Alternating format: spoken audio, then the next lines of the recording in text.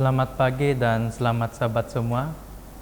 Tajuk mission kita hari ini ialah melangkau sekolah untuk ke gereja yang bertempat di negara Rusia.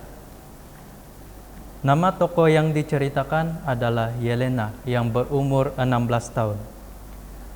Yelena yang berusia 11 tahun berjalan pulang dari sekolah di Dimitrovgrad di Rusia pada hari Sabtu petang apabila dia tiba-tiba teringat bahwa dia dahulunya pergi ke gereja pada hari Sabtu.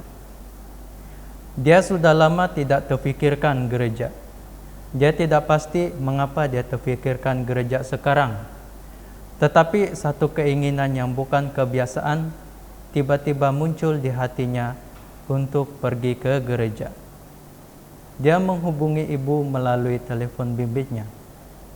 "Ibu, ingatkah dulu kita pergi ke gereja pada hari Sabat?" Dia berkata. "Bolehkah saya pergi ke sana sekarang?" Kata ibu dia, "Sudah tentu boleh. Kamu tidak perlu pun meminta izin." Yelena tiba tepat pada waktunya untuk khotbah.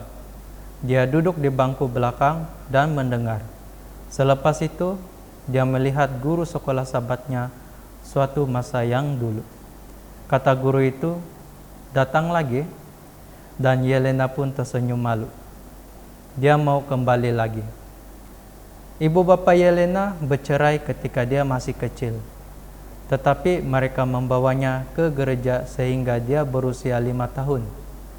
Kemudian mereka bosan melihat satu sama lain di gereja dan kedua-duanya berhenti pergi ke gereja. Yelena bersekolah di sekolah awam dan masuk kelas 6 hari seminggu, dari hari Isnin hingga hari Sabtu. Sebaik saja sekolah berakhir pada pukul 1 petang Sabat berikutnya, Yelena segera kembali ke gereja.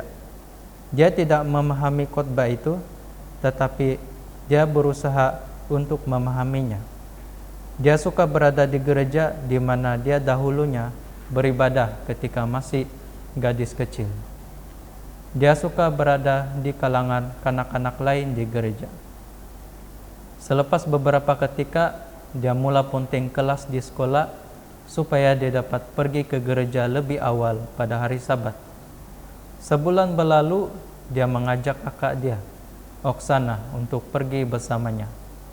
Oksana yang berusia 13 tahun bersetuju dan keduanya pergi bersama-sama. Kemudian ibu dia menyadari bahwa Yelena dan Oksana pergi ke gereja dan dia mula pergi bersama mereka. Tetapi kemudian beberapa kanak-kanak gereja berpindah dengan ibu bapa mereka. Kanak-kanak lain berhenti pergi ke gereja. Kemudian ibu berhenti pergi. Yelena juga berhenti pergi setiap hari Sabat. Seorang anggota gereja menyadari ketiadaan Yelena lalu memintanya untuk membantu mengurus sistem bunyi di gereja. Yelena bersetuju. Sekarang dia harus pergi ke gereja setiap hari Sabat karena anggota gereja dia memerlukannya. Dia juga mula membaca Alkitab dan buku-buku oleh Ellen White secara berkala. Dia sangat suka membaca buku The Great Controversy. Ibu melihat bahwa Yelena menyukai sekolah Sabat dan berkawan baik dengan orang dewasa di gereja. Dia mula pergi ke gereja lagi. Setelah mengadakan perjamuan pada suatu hari Sabat, ibu berpaling kepada Yelena dengan pertanyaan yang serius. Ibu dia bertanya, "Adakah kamu mau dibaptiskan?" Yelena sudah memikirkannya dan dia segera mengatakan bahwa dia ingin menyerahkan hatinya kepada Yesus. Yelena mengikuti kelas baptisan dan dibaptiskan. Air di dalam tangki pembaptisan sangat sejuk, tetapi kegembiraan hangat membasahi dirinya ketika dia keluar dari air. Dia telah membuat keputusan terbaik dalam hidupnya. Dia telah menyerahkan hatinya kepada Yesus. Yelena tidak pernah pergi lagi ke sekolah pada hari Sabtu. Ibunya menulis surat kepada pengetua meminta Yelena dibebaskan daripada kelas Sabtu agar dia dapat menyembah Tuhan. Sekolah memberikan kebenaran kepadanya, tetapi Yelena juga harus menyelesaikan kerja sekolah Sabtu dan dia berusaha untuk memperoleh marka yang baik. Hari ini kerja sekolah Sabtu tidak lagi menjadi masalah. Selepas berakhir persekolahan tahun ini, Yelena mengetahui tentang sekolah Christian Zauski. Sekolah berasrama Adventist yang terletak kira-kira 600 batu ataupun 1000 km dari kampung halamannya. Dia tidak mampu membayar tuition, tetapi seorang anggota gereja menawarkan untuk membantu. Hari ini dia berumur 16 tahun dan di kelas 11 ataupun lebih kurang tingkatan 4. Bersekolah di sini mengagumkan, kata Yelena. Guru baik, mereka membantu saya dalam pelajaran. Saya sangat gembira karena kami tidak mempunyai kelas pada hari Sabtu.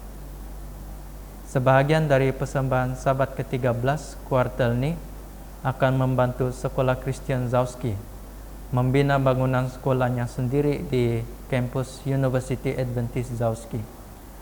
Pada masa ini, berasrama sekolah itu meminjam bilik darjah dari university. Persembahan Anda akan membantu anak-anak bertemu dan belajar di bilik darjah mereka sendiri. Terima kasih kerana merancang pemberian persembahan Sabat ke-13 dengan murah hati. Mohon doakan anak-anak yang belajar di sekolah itu. Ini saja cerita mission kita hari ini. Terima kasih.